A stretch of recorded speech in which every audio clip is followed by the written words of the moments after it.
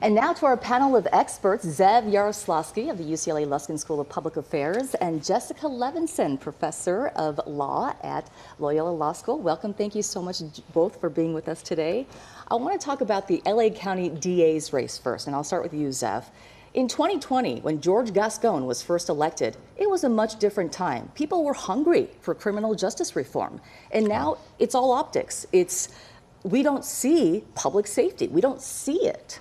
Well, I think there are a couple of things. I think, first of all, we had the pandemic, which kind of changed everything in our way of life. But when Gascon was elected, he was elected as a reformer, and reform was the order of the day. The specifics of the reforms were not really articulated. He claims that he did, but you had to really pay close attention to know what he was going to do. In the ensuing 4 years, he has built himself such a steep mountain to climb that it's hard to see how he's going to survive this election. Polling shows him losing by 2-1.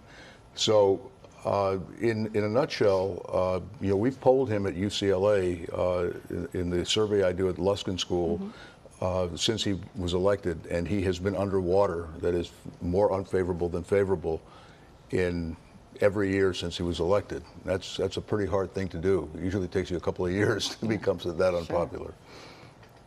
Jessica, I'll ask you, about Nathan Hochman. First of all, he's a former federal prosecutor. He wants to be that hard middle DA. He ran as a Republican for a different office, and now he's running as a centrist. Not that the party matters for LA County, but this is a different shift in tactics for him.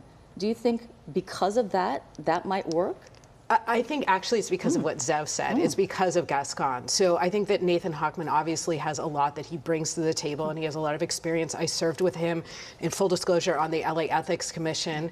And I think what we're seeing is a true dissatisfaction with George Gascon. And I think what we saw is that there were a lot of people in the primary who voted not for Gascon. Nathan Hochman ultimately was the top vote getter, but the way we run our races, I think he got all of that support. I mean, Gascon is somebody who, when the district attorneys voted and they essentially had a vote of no confidence for him.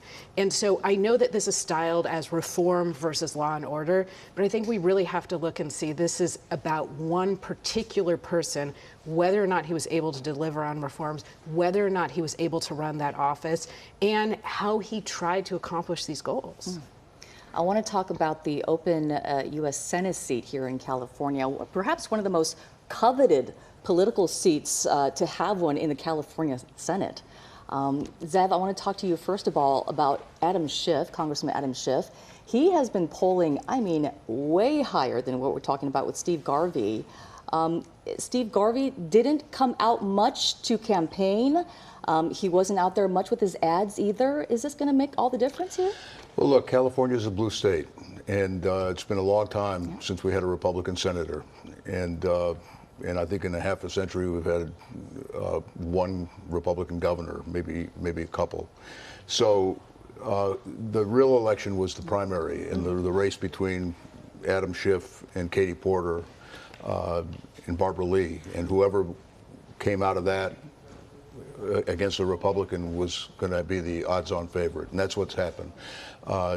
Garvey has not really campaigned, as far as I can tell, and people who cover politics in your business, in the journalism business, haven't seen him out on the campaign trail. So I think it was over on primary night, and Adam Schiff, if he is elected on tonight, I think the polls close shortly.